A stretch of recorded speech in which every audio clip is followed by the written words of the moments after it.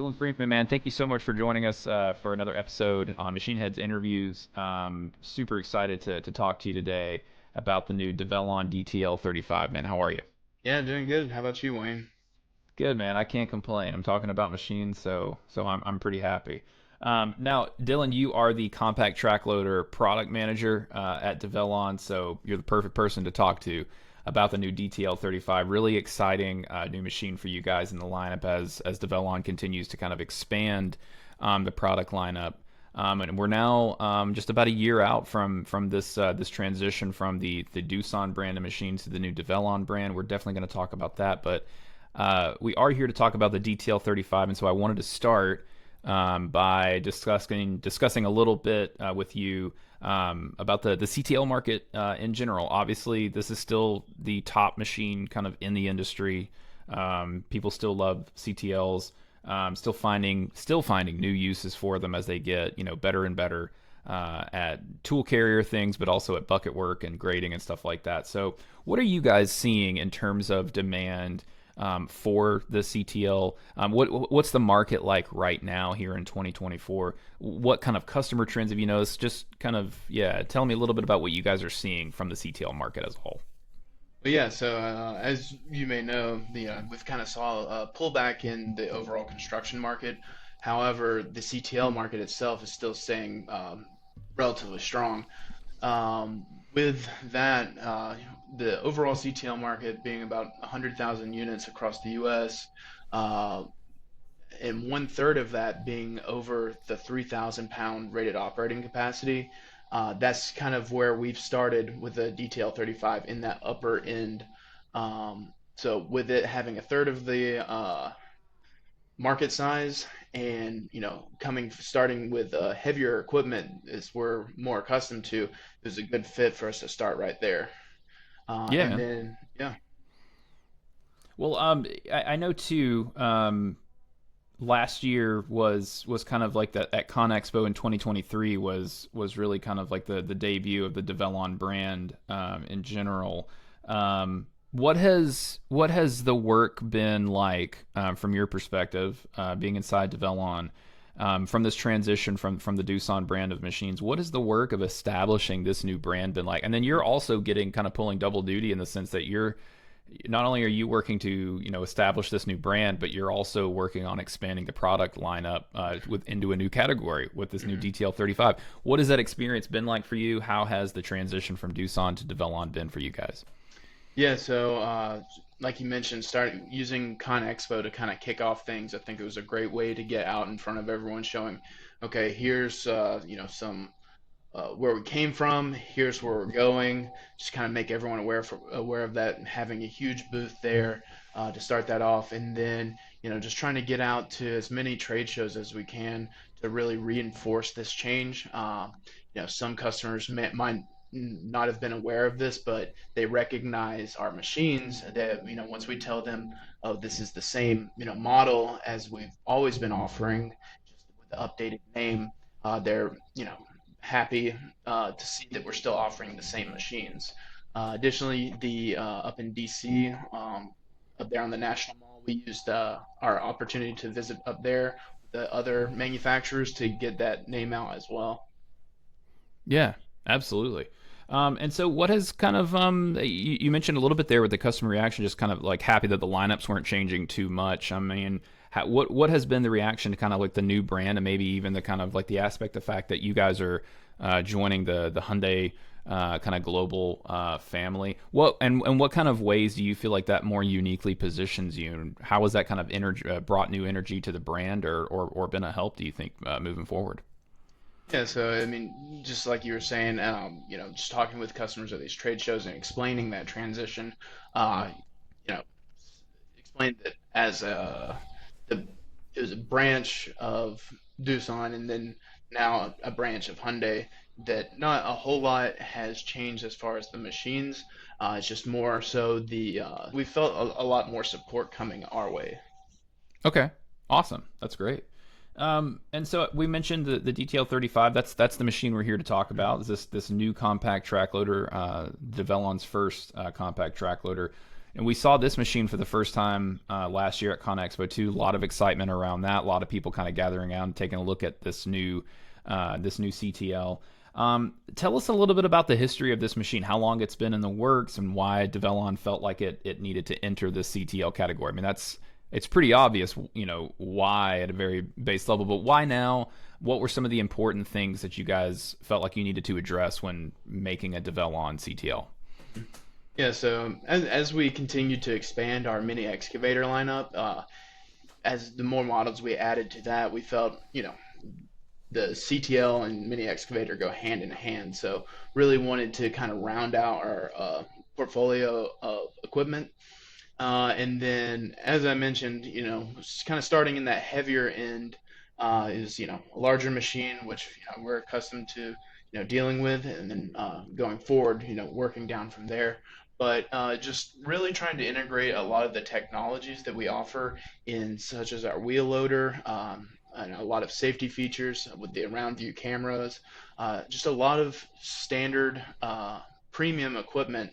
Uh, there's not really a lot of additional items that you have to add to this machine or that we really even offer because it's coming more or less fully loaded right out the gate.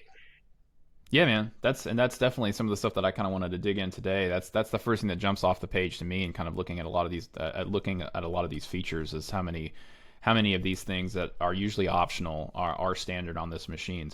But before we get into that, though, what are we looking at? Just kind of give us an idea of the size and power of the DTL35. You mentioned it's on the higher side. What are we looking at in terms of like operating capacity, overall size? Where would you kind of like put this in comparison Mhm. to maybe other machines on the market? Give us an idea of like what the DTL35 is at a base level. Yeah, so the DTL 35 comes in about 12,785 pounds, 115.3 horsepower, and rated operating capacity of 3,800 pounds. So this is going to be, similar size to like the Cat 299, a little bit larger than the SVL 97, and probably closest in size with the Bobcat T86. Okay, yeah. So like you said, definitely a larger machine. Now you mentioned kind of like the a third of the market is into that larger machine category, the 3,000 pounds of capacity and up. What's you guys' understanding of why that is? And was that the sole reason that you wanted to get into the larger machine first? Was where you kind of saw the right market saturation, or was it something else? So I think, as the CTLs have evolved, going from more dirt carriers, dirt movers, to now you're seeing so much more with, auxiliary hydraulic attachments. And so there's so many attachments now that require that high end, high flow. And so that's one reason why we would get in there, kind of be more versatile with our attachment offerings. Yeah, I gotcha. I mean, like that is a huge reason that the tool carrier aspect of these machines, and we're seeing even more now. There's a lot of companies that are even using these machines as almost like single purpose machines, Hmm. like for specific kind of like road building categories, even just using those like specific tools, coal planing, just kind of stuff like that that you would not have thought of 10 years ago. For with these machines are getting 50-60% of their use case. That's kind of what the investment is being spent on. What would you say are the key features of the DTL 35, that the things that you immediately are going to tell folks about whenever they first hear about this machine? Yeah, so like we mentioned, is a large machine, heavyweight, large rated operating capacity. But then with that, we have the torsion axle suspension system. So more smoother ride than your traditional rigid mounted CTLs. Additionally, ride control. So you combine ride control and the torsion axle, you're going to have a super smooth ride.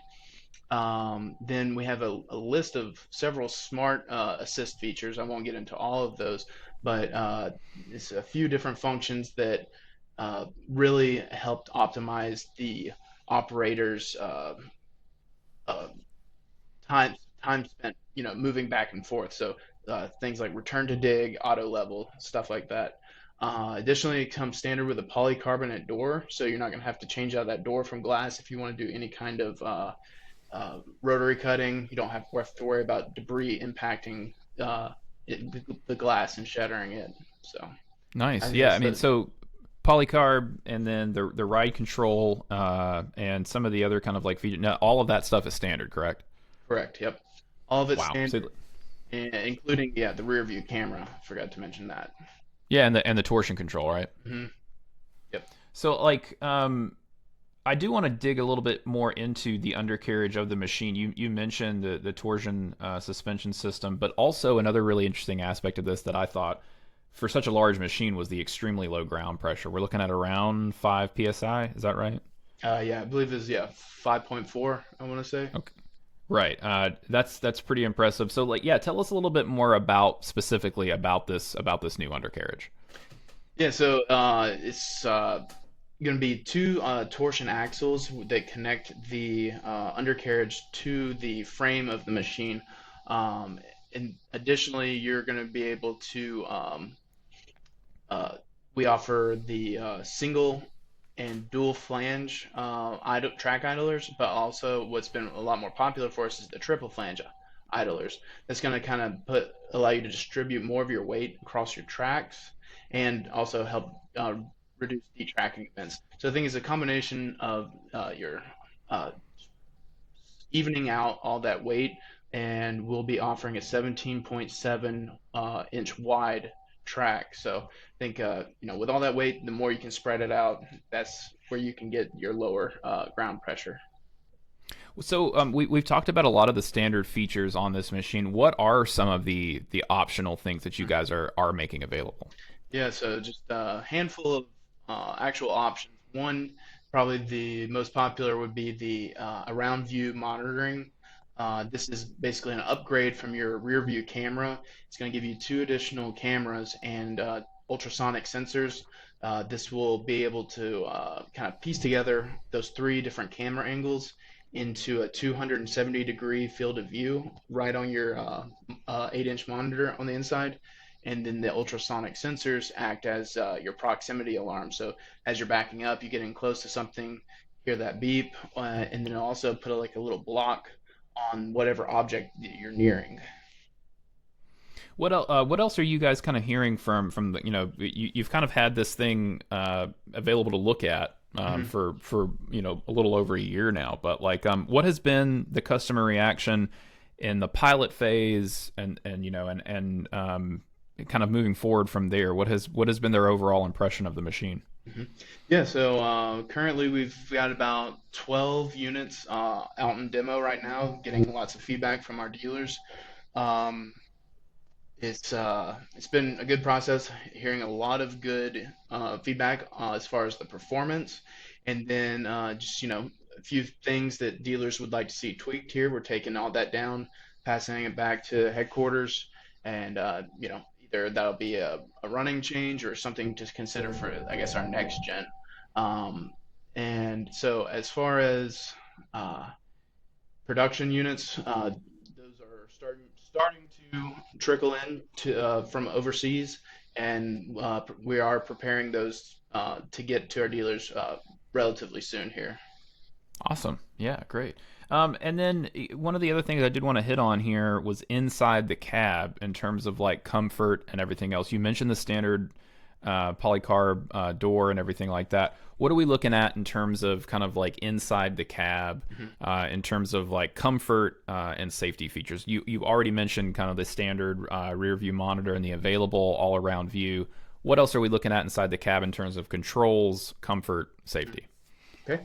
Yeah. So in the cab is a very spacious cab, about 3 foot wide, and with lots of headroom. All details will be standard with air ride seat suspension and heated seats. So that's another standard feature there. Controls, we're looking at electro over hydraulic controls, standard ISO pattern, or you can swap to H pattern just by changing some settings in your monitor. And I've mentioned the monitor several times. It's a 8-inch LCD monitor located up to the right in the front. It's basically your one-stop shop of all your gauges, settings, rear view on at all times, or you can toggle through if you have the AVM. So you have that full view at all times. Uh, so with the electro over hydraulic, you're able to configure basically mix and match whatever functions you want for your joysticks. So you everything is very customizable. Yeah, that I thought that was a really interesting choice on making that standard equipment. Usually, that I think some of the more modern CTLs, some that have been launched, the new lineups that have been launched in the last couple of years, have gone for standard E over H. A lot of manufacturers are still sticking with the pilot controls due to what they cite as kind of operator preference for just kind of like, I guess, the featherability and the Hmm. response and everything like that. Why did you guys go with the standard E over H? Was it just for the sheer customization of the control? And obviously, look, man, like E over H is definitely, that's the future. Like everyone knows that's where it's going. So was it a little bit that of just kind of go ahead and committing to that, since that is definitely the way things are going, and the customization? Was there anything else? Yeah, I mean, like you said, I think that is the direction the market is going. So I think also, yeah, just from the customization aspect, we some of these smart features, smart assist features that I mentioned, do integrate in with your joystick. So I think in order to add some of that additional features, we needed to use the EH controls, so that way stuff like bucket shake, we can program that to a button on the joystick. Switch that out with your loader float feature, and put those anywhere on the joystick. So I think the fact that we just had so many features we wanted to add to it, EH just made the most sense. Yeah, is there also just kind of an aspect there too of in terms of like the I don't know. I feel like the customers that really want the increased response or the faster response, there's a new generation of kind of operators that are going to need to be trained up and have, that are appreciating the more of the automated features. And like Hmm. you said, you can't have the automation features without the E over H Hmm. controls, right? Yeah, and I think as we see, we talked about, the new variety of all these attachments that we have. It's not just, for putting a final grade down anymore. Now, granted, you probably get more because people that have been doing that longer really do like that pilot touch better. But now that it's moving into more of a Swiss Army knife, Yeah. it needs to be able to handle all these different uh, attachments. Right. When you talk about the customization too, it's like depending on the attachment that's attached, you can completely, reconfigure the controls to fit that attachment, specifically with the E over H controls as well. Well, good. Well, so Dylan, is there anything else about the DTL35 that you'd like folks to know about, and or anything else? Yeah, I mean, just you know, continuing to expand our dealer footprint. So just be on the lookout at your local dealers. If you don't see any details out there, they should be arriving soon. So uh, hopefully, maybe one of them has a pilot that you can test out. But other than that, just it's exciting to finally get it out. It's been talked and talked about, but finally we're getting ready to hit that launch. Awesome, man. Well, that's definitely exciting stuff. We're definitely excited to see it start hitting dealership lots, and so you guys can start getting some real in the field feedback from folks as they start getting to put these things to work. Dylan, man, thank you so much for hopping on Machine Heads today and talking with us a little bit about the new DTL35, man. Thank you so much. Hope to do this again sometime, man. Yeah, Wayne, you have a good one.